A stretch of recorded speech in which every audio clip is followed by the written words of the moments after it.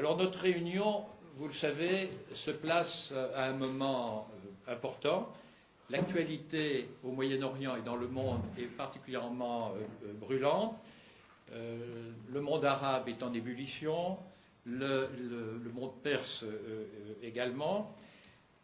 L'Iran joue un rôle tout à fait central et les retombées de la politique du pouvoir qui est en place, le pouvoir des mollahs, sur toute cette région du monde et au-delà intéressent bien entendu les experts, les analystes, les journalistes, les hommes politiques, tous ceux qui vous parleront aujourd'hui.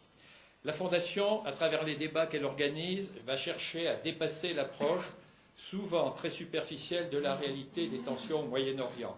On découvre en réalité les problèmes lorsqu'il y a l'actualité et on oublie ensuite ce qui s'est passé.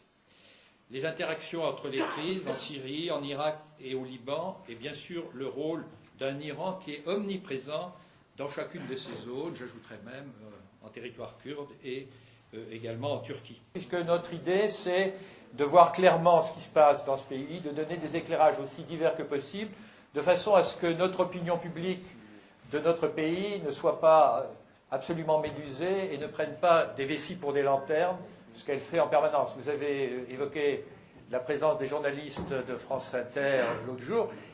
C'est assez extraordinaire. Ils ont une vision plutôt bonne du pays, mais ils auraient pu aussi passer comme par hasard sur une place où on exécutait des gens, où on pendait des femmes, ou bien où on exécutait l'arrachage d'un œil, l'ablation d'une main, etc. Toutes ces choses qui se pratiquent. L'Iran, rappelons-le, est le pays dans lequel la peine de mort et les peines corporelles sont le plus appliquées au monde, plus en proportion de la population qu'en Chine même.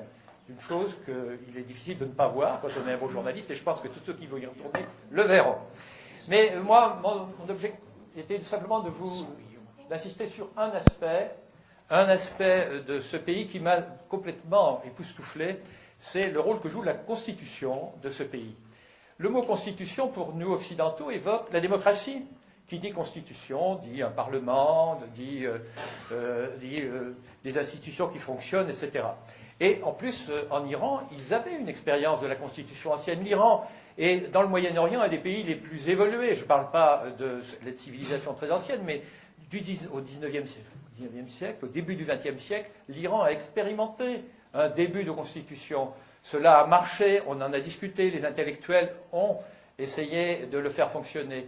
En Iran, il y a ensuite le chiisme dont on a beaucoup parlé. Le chiisme, il y a 1000 façons de le voir, mais il y en a une qui, pour nous, chrétiens, etc., est assez plaisante, car c'est parmi les formes d'islamisme une des formes les plus riches, les plus diverses, et à beaucoup d'égards, qui intègre des notions venant d'autres cultures, venant certainement de la Perse ancienne, venant probablement des autres religions sémites. Et le religieux ne se mêlait pas dans l'Iran traditionnel de la vie politique. C'est une tradition, et en 1906, d'ailleurs, il y a eu des imams qui ont trouvé que ce n'était pas bien cette constitution, mais il y en a qui ont trouvé ça bien aussi. Ce qui veut dire que pour nous, occidentaux, on se trouvait dans un climat assez proche d'une autre. Et c'est pour ça que c'est assez extraordinaire ce qui s'est passé lorsque, en 1979, arrive la Révolution, et que les Iraniens qui ont fait la Révolution se disent il faut qu'on fasse une constitution. Alors certains pensent qu'il faut revenir à celle de 1906, en disant on enlève tout ce qui concerne la royauté, et on adapte, et elle est toute prête. Il y a je ne sais plus quel ayatollah qui proposait cela. D'autres disent non, il faut prendre ce qui se fait de mieux dans l'Occident. Prenons le modèle de la Ve République française. On est d'ailleurs, nous savons très bien ce que c'est, nous savons très bien que cette cinquième, nous l'avons faite au moment de la guerre d'Algérie, à un moment où c'était difficile, où il fallait de l'autorité. Alors on a dit, l'autorité, on va la mettre dans une constitution, en donnant des pouvoirs à un président. Et c'est dans ces conditions que par un véritable tour de passe-passe, les vrais acteurs de la révolution de cette époque ont été complètement pris à contre-pied. Seuls se sont révélés quelques-uns, dont l'UMPI, dont Massoud Redjavi et quelques autres, et de nombreux étudiants qui ont été tués pour avoir fait cela. Massoud Redjavi n'a échappé que par miracle à l'exécution. Mais les autres, je le disais tout à l'heure, et il faut pas l'oublier, les communistes, des démocrates, des laïcs, etc., on dit finalement, il vaut mieux cela, et puis on va faire vivre cette constitution, elle va évoluer. Alors qu'est-ce qu'il y a dans cette constitution? Je ne vais pas rentrer dans les détails, mais il y a une pièce extraordinaire qu'on voit ici, c'est le guide suprême. C'est-à-dire que vous Vous avez une constitution avec un président, un premier ministre, un parlement, tous les attributs d'une démocratie. Et puis par-dessus, vous avez le guide suprême, dont il est expliqué, alors, de façon diverse, selon les milieux et selon le degré de compréhension des gens, mais qu'il est probablement le représentant sur terre de l'imam caché, en tout cas celui qui a son oreille, celui qui a des contacts, celui qui peut interpréter la parole divine, et c'est ce qu'il va faire.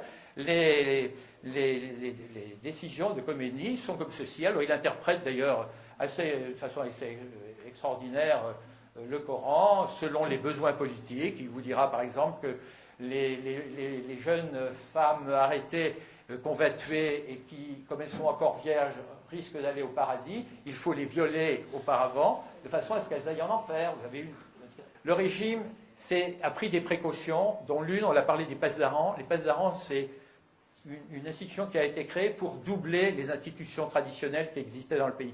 Depuis 1906, il y avait des institutions, des administrations, une armée, par exemple, qui existait. Or, l'armée, qu'est-ce qu'on en fait? On la pousse vers les frontières, à des tâches subalternes, et les pasdarans, on leur donne tout le pouvoir policier, et puis on en fait des affairistes, car c'est à eux qu'on fait contrôler non seulement l'énergie atomique, mais le marché du pétrole, la fraude. Petit à petit, les grandes fondations passent sous leur contrôle, et ils deviennent des gens qui contrôlent une grande partie de la fortune du pays. Contrairement à ce qu'on aurait pu croire, cette constitution, elle n'a pas évolué, elle s'est renforcée. Elle s'est renforcée parce que Khomeini, sentant la mort arriver, s'est dit « il faut que je trouve un système pour désigner mon successeur ». Donc il y a eu une réforme constitutionnelle qui a été initiée par Khomeini mourant et qui a été votée Khomeini mort, c'est-à-dire tout de suite après, et on a décidé de donner un semblant de choix démocratique au choix du guide suprême. On a décidé qu'il serait élu, mais on a décidé qu'il ne pouvait être élu que dans un mouchoir de poche parmi des gens qui devaient répondre à tellement de conditions religieuses que finalement on réservait ce pouvoir à quelqu'un sorti de la nomenclatura des grands ayatollahs. Donc il y a cet aspect. Et ceci m'amène à un autre aspect très fort et qui va jouer, et je en terminerai par là, mais qui est très typique du système, c'est que le guide suprême et son entourage se sont donné les moyens de contrôler complètement la vie démocratique en choisissant les candidats aux élections. Et cela se fait jusqu'au plus petit détail, mais cela se fait, et j'en vais en donner deux exemples qui sont dans l'histoire. Khatami, il a été élu, d'accord, avec le guide qui a laissé faire, mais ça a fait réfléchir après. Quand on a vu que Khatami apparaissait comme un personnage extraordinaire, qu'on le recevait en France, qu'il a été reçu à l'ONU, etc., on s'est dit, il faut recommencer. Et on a recommencé avec Rouhani. Regardez comment ça s'est passé. C'est vraiment merveilleux. Ce sont vraiment des bons pros. Qu'est-ce qu'ils ont fait? Il y avait un candidat qui avait la réputation, bien qu'il ne le soit pas vraiment, mais d'avoir été un peu modéré. Et celui-là, on a dit, vous ne pouvez pas vous présenter, parce qu'on savait très bien que tout le monde allait voter pour lui. En revanche, il y avait 3 ou 4 candidats durs, des gens dont personne ne voulait. On aurait pu dire, on en enlève 2, on en garde qu'un. Pas du tout. Il faut disperser les voix. Donc, on garde 3 candidats durs, sur lesquels les voix de rétrogrades vont se disperser, et on désigne un autre qu'on présente comme un modéré, qui est notre Rouhani. Rouhani, il n'est pas plus modéré que moi. Rouhani est quelqu'un qui était un copain, un ami du guide. Le guide l'a choisi pour cette raison-là. Alors, évidemment, il n'a jamais été compromis dans rien. Ben, il présente bien. Et qu'est-ce qui se passe? Eh bien, la société civile, elle profite de l'occasion, comme je disais tout à l'heure. Voilà une occasion de faire la politique du moindre mal. Donc, on vote pour celui-ci. On espère que ça va débloquer. Ça va peut-être, d'ailleurs, un petit peu débloquer. Mais quand on sait que le déblocage, par exemple, de la période Khatami, je voyais, je crois, quelque chose sur les droits des femmes. Une femme iranienne disait oh, ben, ça a permis qu'on mette le voile un petit peu plus en retrait, mais c'est à peu près tout. Voilà le résultat à peu près pour nous. Le droit des femmes, ça a été à peu près ça. Ben, Rouhani, ça risque d'être du même domaine. Sauf que, évidemment, on peut toujours espérer que soit la communauté internationale mieux éclairée par nos travaux, par exemple, et par ceux d'excellents journalistes, ait un autre type de réaction, soit que le peuple se profite d'une occasion pour renverser ce régime, des choses qui ne sont jamais impossibles, et quelquefois, c'est au moment où on s'y attend le moins, nous qui connaissons mal les pays, que ces choses se produisent.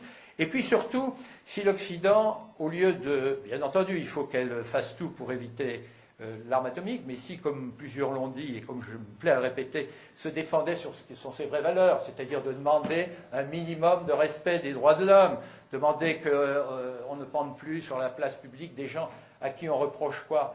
D'avoir été cité dans un article de la presse internationale, certains, hein, rien de plus, enfin des choses invraisemblables.